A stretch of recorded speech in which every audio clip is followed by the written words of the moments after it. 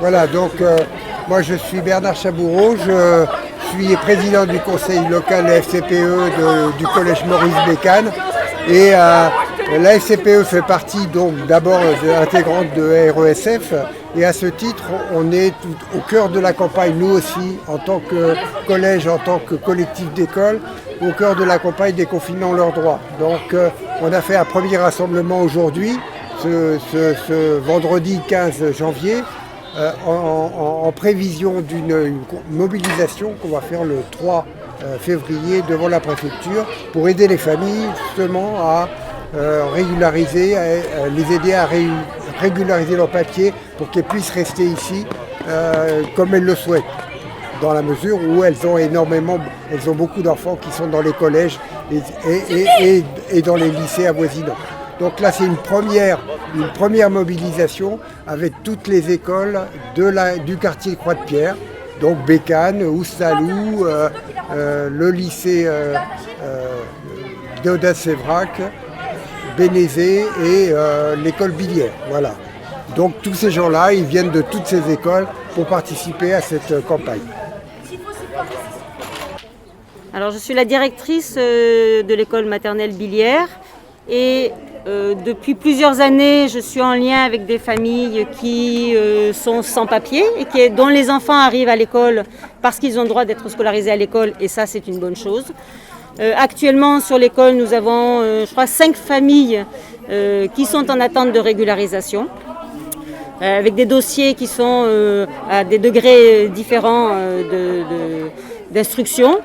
Moi, ce qui me frappe depuis un certain nombre d'années, c'est de voir qu'il y a des familles qui ont des OQTF, qui finalement restent sur le territoire français et qui finissent par être régularisées au bout de 7, 8 ou 9 ans.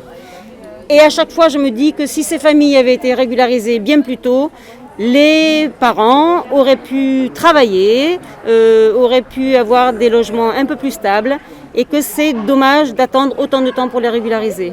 Et ce que je constate moi, c'est que toutes ces familles, au niveau de la scolarisation et des enfants, sont extrêmement assidus et que l'école est vraiment très importante pour eux et qu'il y a un grand respect effectivement de l'importance de l'école.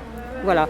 Et que ces familles-là, les enfants sont intégrés. Quand les enfants ont passé 3, 4, 5, 6 ans dans des écoles en France, je trouve que c'est urgent effectivement de les régulariser. Je m'appelle Asma, je suis parent d'élèves à l'école Maurice Jacquet et du coup on a une famille là-bas qui n'a pas les papiers et il s'avère qu'il y a une de ces filles qui est amie avec ma fille et du coup je fais partie du collectif de soutien aux familles Bécane-Jacquet et on est là aujourd'hui pour faire signer des pétitions et espérer que ces personnes-là soient régularisées le plus vite possible. Parce qu'elles vivent avec nous, elles sont dans la même école de nos enfants, ils jouent ensemble, c'est leurs amis, donc il n'y a pas de raison à ce qu'ils soient traités différemment que d'autres personnes. Donc voilà. Mais il y a des personnes qui sont en réel danger si elles retournent dans leur pays. Et c'est triste de savoir qu'elles ont déjà risqué leur vie pour échapper à leur pays et aux conditions dans lesquelles elles vivaient. Et de savoir que juste le fait d'être remis dans un avion et à peine poser un pied sur le sol de leur pays d'origine, et ben, ils vont se faire mitrailler directement, quoi. Donc, c'est des conditions tristes. Alors que la France, c'est quand même un pays qui est pluriculturel. On peut leur apporter tout ce dont ils ont besoin et même eux, par leurs différences culturelles, ils peuvent nous apporter énormément de choses. Donc voilà, je trouve que le soutien est important. Et par rapport à cette famille, elle est de quel pays? On a le droit de dire la République du Congo. Concrètement, c'est un pays qui est en guerre, donc si on s'enfuit de ce pays-là, on a déserté, donc c'est quelque chose de très grave.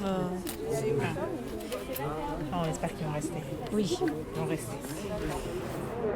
Donc RESF aujourd'hui, depuis le mois de novembre, a entamé une campagne déconfinant leurs droits. Cette campagne a pour but d'appeler à la régularisation des familles sans papier, mais aussi de rendre visible la situation de toutes ces familles que nous suivons dans le réseau. Donc aujourd'hui, moi je remercie Bernard Bernard, je te remercie. Le groupe que vous êtes, le collectif Jacquier, Papus ou Stalou, d'être toujours présent auprès de nous, d'être bien actif, parce que vous avez eu des situations dans ce collège qui ont, par votre mobilisation, marché, fonctionné, où des personnes, elles sont ici présentes, ont eu accès à leurs droits. Donc voilà, on est très content de se retrouver parmi vous, sachant qu'il va y avoir d'autres vendredis dans d'autres bassins scolaires qui vont faire comme vous, des goûters partagés, solidaires, qui vont inviter à signer les 9 pétitions que nous porterons donc le 3 février. Voilà, donc par le biais de pétitions, nous allons dire à la préfecture que depuis...